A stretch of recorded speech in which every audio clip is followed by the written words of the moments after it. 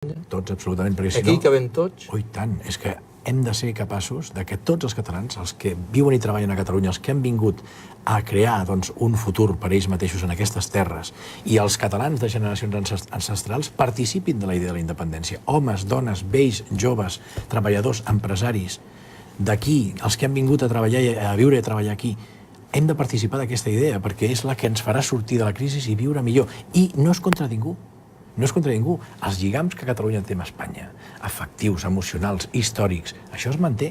L'únic que farem serà administrar plenament els nostres recursos. És a favor de Catalunya, estic convençut que serà bo per Espanya i segur també que serà bo per Europa.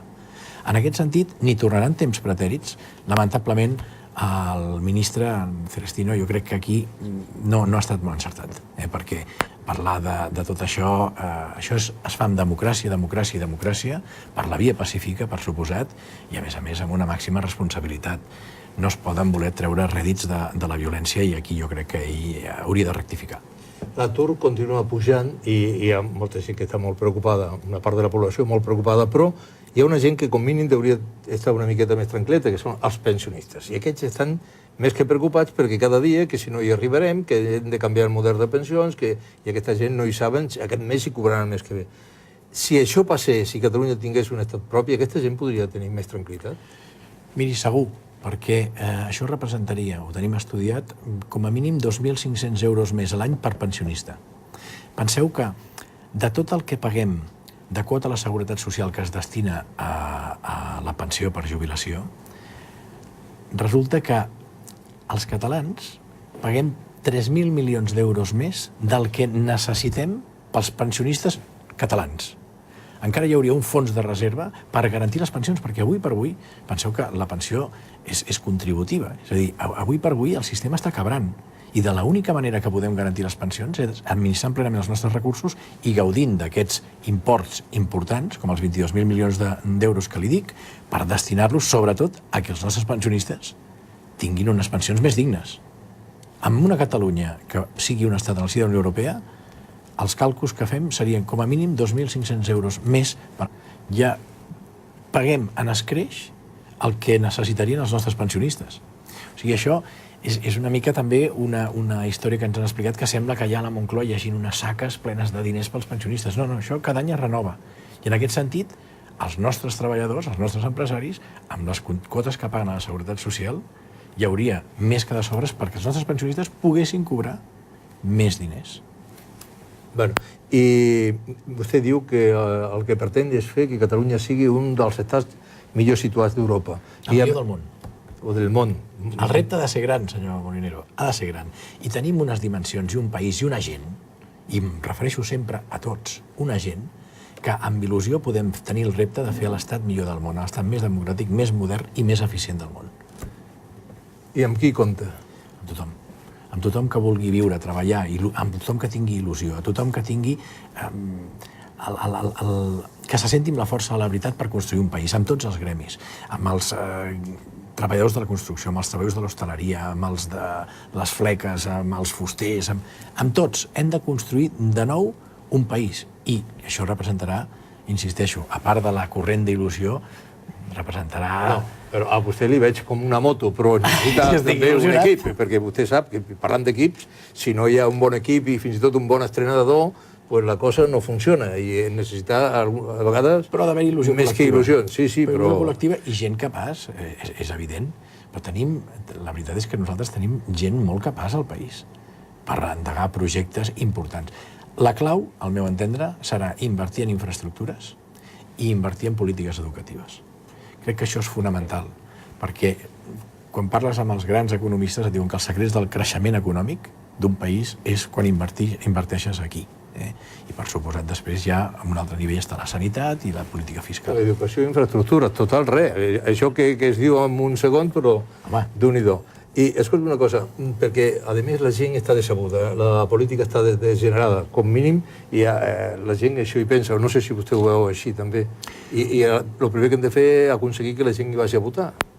Perquè de moment la majoria diu, pues últim, de fet les enquestes diuen que per cert, aquesta darrera enquesta a vostè ja el posen a l'ull de l'huracà, pues diuen que guanyarà més del 50% l'abstenció. Pues no anem bé. Pues hem de mobilitzar l'abstenció perquè s'il·lusioni i vagi a votar. El que sí que pensem també nosaltres és que s'ha de produir una regeneració de la classe política, perquè tampoc volem fer una campanya que no sigui en positiu. Per alguna cosa ens diem sí, però sí que és cert que d'un temps ençà crec que els nostres polítics han demostrat certa incompetència, ens han portat a una crisi econòmica sense precedents i, home, crec que ha arribat el moment que hi hagi foc nou, gent nova, que s'acabi amb el corporativisme polític, amb la duplicitat de càrrecs, amb una sèrie de coses que crec que s'haurien de canviar. Aquí també nosaltres, com a persones que entren amb il·lusió nova, energies renovades a la política, confio que puguem fer aquest canvi. I tal com està el panorama polític a Catalunya, al nostre país, amb qui està disposat a pactar? Només amb qui assumeixin el compromís de declarar la independència dins de la propera legislatura, a treballar perquè Catalunya sigui un estat i administri plenament els seus recursos. Només treballarem amb qui accepti aquest compromís. I per vostè qui és el Josep Guardiola de la política? El Josep Guardiola de la política? Sí. De Josep Guardiola em permetrà que li digui que només hi ha un. Només hi ha un, no? A la política hi ha futbol i a tot arreu. És el propi Josep Guardiola. I a vostè qui li ajuda a muntar el programa electoral? Perquè suposo que aquí ha de fer un bon programa, el que després, davant els ciutadans, haurà de fer complir. Qui li ajuda a muntar aquest programa? Miri, de moment, tots els nostres afiliats de Solidaritat Catalana per la Independència, el sí, que el dia 24 d'octubre tenim el Congrés Nacional per acabar d'aprovar el manifest. Tothom està portant via mail idees noves a un manifest, a un esborrany que hem presentat, els que hem estat tibant del carro, que són l'Alfons López Tena, l'Oriol Bertran, tota una sèrie d'Isabel Clara Simó, tota l'Anna Arquer, l'Emili Baldero, que és el cap de campanya. Aquests han estat els darrers fitxatges, no? Sí, són amb els qui vaig començar la iniciativa ara fa 2 mesos, i la veritat és que tenim una estructura de 500 persones treballant per tot el país, a totes les comarques de Catalunya. Sí, presentaran a tot Catalunya? Sí.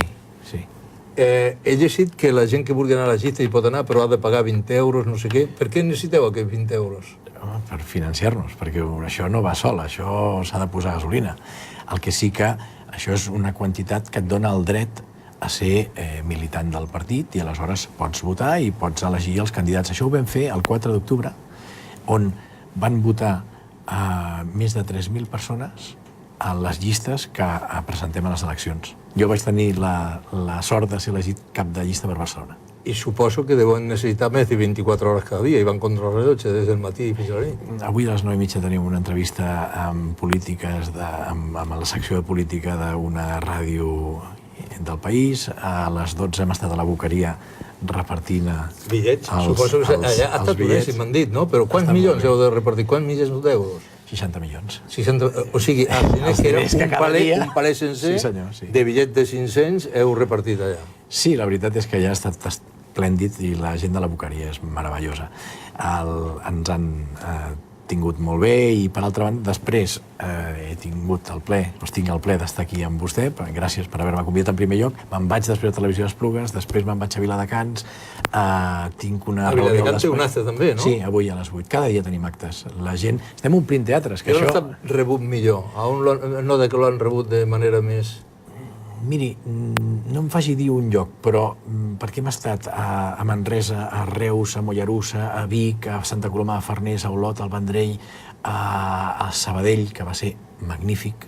Veritablement l'acte de Sabadell va estar meravellós, a Berga, ara estarem a Viladecans, he estat a Borges Blanques, estem pentinant el país, a Mollerussa, tot a teatres, i la veritat és que trobem molt bona resposta, perquè omplim els teatres i vaja, vull pensar que la gent està il·lusionada.